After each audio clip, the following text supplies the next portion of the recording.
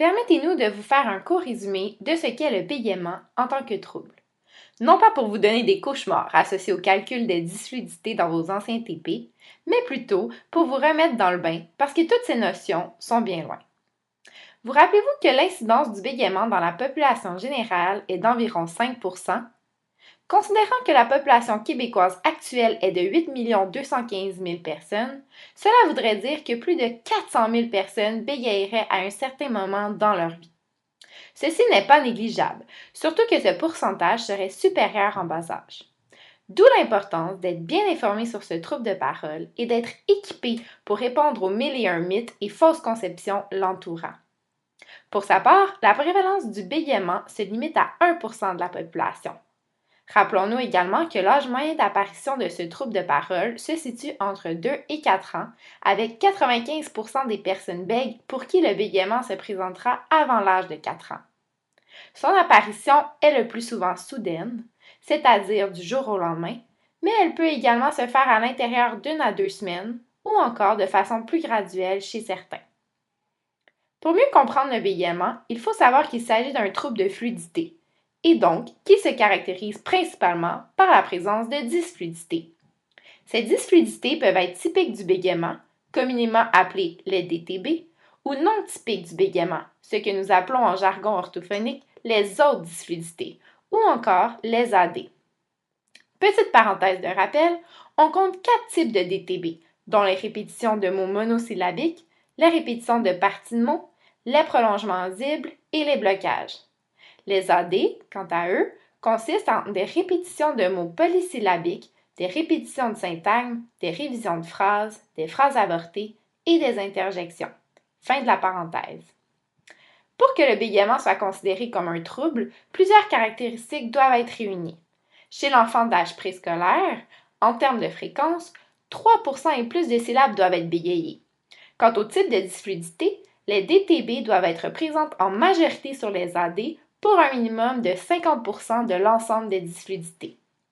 Le nombre de réitérations moyen doit se situer au minimum entre 2 et 3, avec un tempo dit rapide entre les réitérations. Pour ce qui est de la durée moyenne de dysfluidité, elle doit être d'au moins 1 seconde.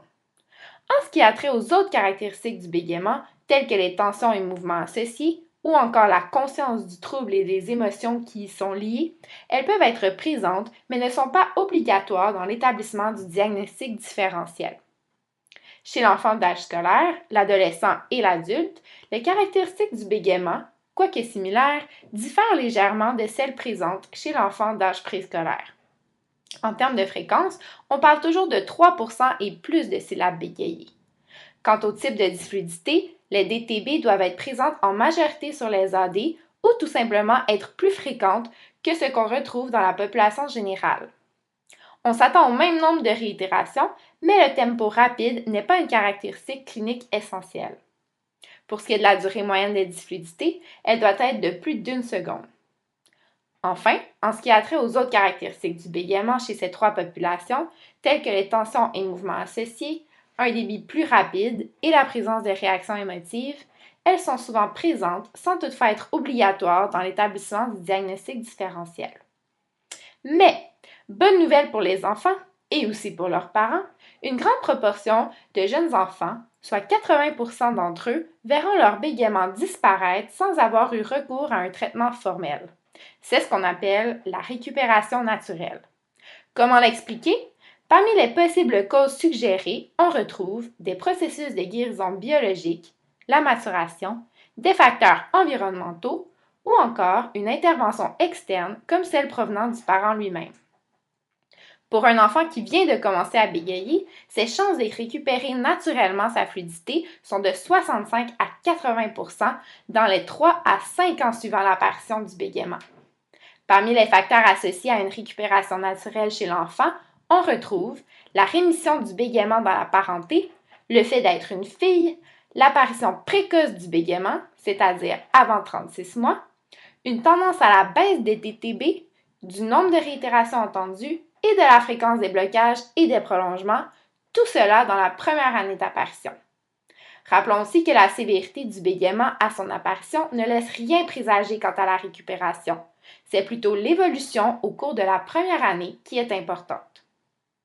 Maintenant, qu'en est-il des causes du bégaiement?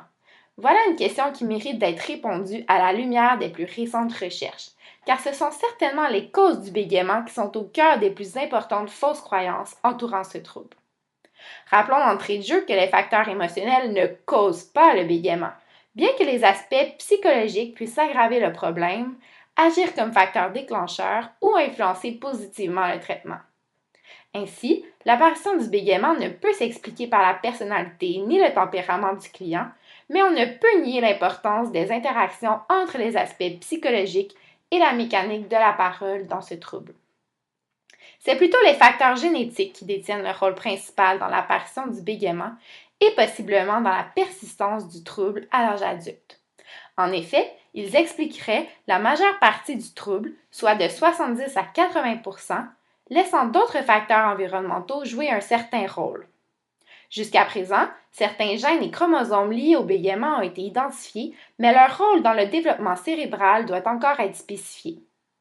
En ce qui a trait aux possibles causes environnementales, les recherches relèvent le plus souvent des différences dans le développement embryonnaire ou encore des complications lors de l'accouchement. Notons aussi que des caractéristiques physiologiques et neurologiques distinguent les personnes qui bégaient des personnes qui ne bégaient pas, sans toutefois pouvoir expliquer la cause du problème. Nous espérons bien que ce court résumé au sujet du bégaiement a éveillé vos souvenirs et a su mettre la table pour notre séminaire portant sur les liens existants entre le bégaiement et le langage, et surtout à la possible concomitance entre le bégaiement et des difficultés langagières. Mais à quoi bon la preuve d'une concomitance entre le bégaiement et des difficultés langagières peuvent-elles nous servir, direz-vous? Eh bien, à plusieurs choses. Premièrement, elles pourraient nous fournir des indices sur une cause commune aux deux conditions et par le fait même nous aider à spécifier la cause du bégaiement en précisant l'implication et le rôle de certains gènes dans le développement cérébral.